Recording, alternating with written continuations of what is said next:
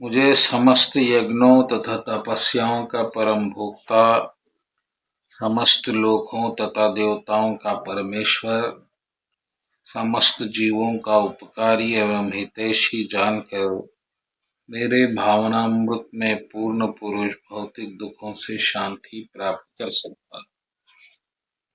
इसी बात पर आज की सत्संग होगी। भगवद गीता का श्लोक। ये आदमी शांति प्राप्त कर सकता है, तो किस तरह से शांति प्राप्त कर सकता है, अब आप सुनिए। भगवान कृष्ण कह रहे हैं कि जो ये जानता है। अब देखिए जानना कितना महत्वपूर्ण है, और मात्र जानने से शांति मिल सकती, करना नहीं है। याद रखिए, एक बार आप जान लेंगे तो आपको शांति मिलेगी। अगर जानना क्या है ये महत्वपूर्ण है, तो कृष्ण कह रहे हैं कि ये जो कोई मुझे जानता है, जो ये जानता है कि मैं एक ही भगवान हूँ, यज्ञों का स्वामी हूँ और सभी देवताओं का देवता हूँ, कर्मों का अधिपति हूँ, कर्म फल देने वाला हूँ, जो भी ये बातों को जानता है तो निश्चिंत हो, और वह शांति को प्राप्त करता है। वरना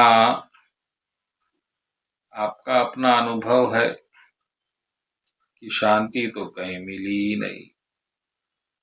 सब कुछ मिल गया, धन दौलत, मान सम्मान, शारीरिक सुख, मानसिक सुख, लेकिन शांति नहीं मिली, मिल भी नहीं सकती। जब तक आप ये नहीं जानेंगे कि दुनिया कौन चला रहा है, किसकी कृपा से चल रही है, और किसकी कृपा से आप बने हैं और क्यों बने हैं, ये सब नहीं जानेंगे तो फिर शांति के दूसरे तरीके ज्यादा सफल नहीं।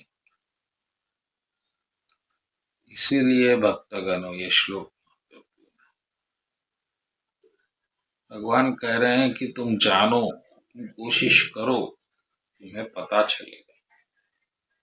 तुम्हें पता चलेगा कि मैं ही हूँ तुमको बनाने वाला, तुम्हें ये सुंदर रूप देने वाला, तुम्हारे कर्मों का फल देने वाला, सब देवताओं का स्वामी, सब लोकों का स्वामी, सब यज्ञों का स्वामी। और जब ये आप जान जाएंगे तो क्या होगा, आप निश्चिंत हो जाएंगे। लेकिन निश्चिंत क्यों हो जाएंगे, ये भी महत्वपूर्ण है, क्योंकि इसके बाद आपको एक और बात भी चलेगी, पता चलेगी कि सबका भला चाहने वाला और सबको चाहने वाला। बस ये सुनते ही आप निश्चिंत हो जाएंगे, क्योंकि इसके बाद सिर्फ आपका भला होगा, बुरा नहीं होगा।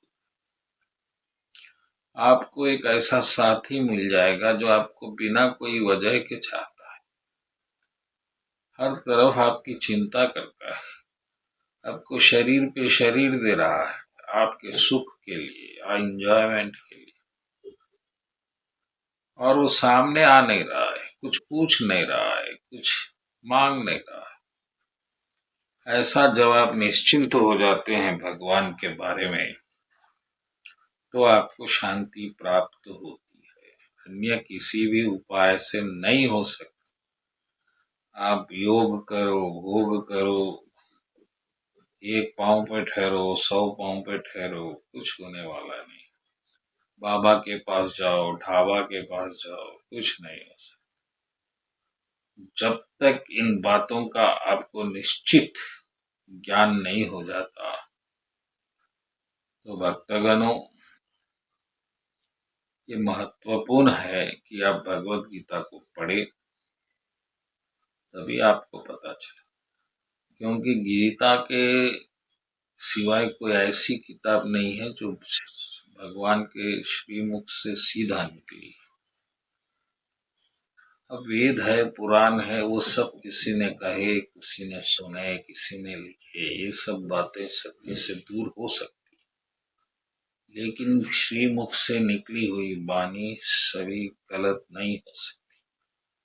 और दूसरी बात, भगवान ही बता सकते हैं कि भगवान कैसे है, दूसरा कोई नहीं बता सकता कि भगवान कैसे, सीधी बात।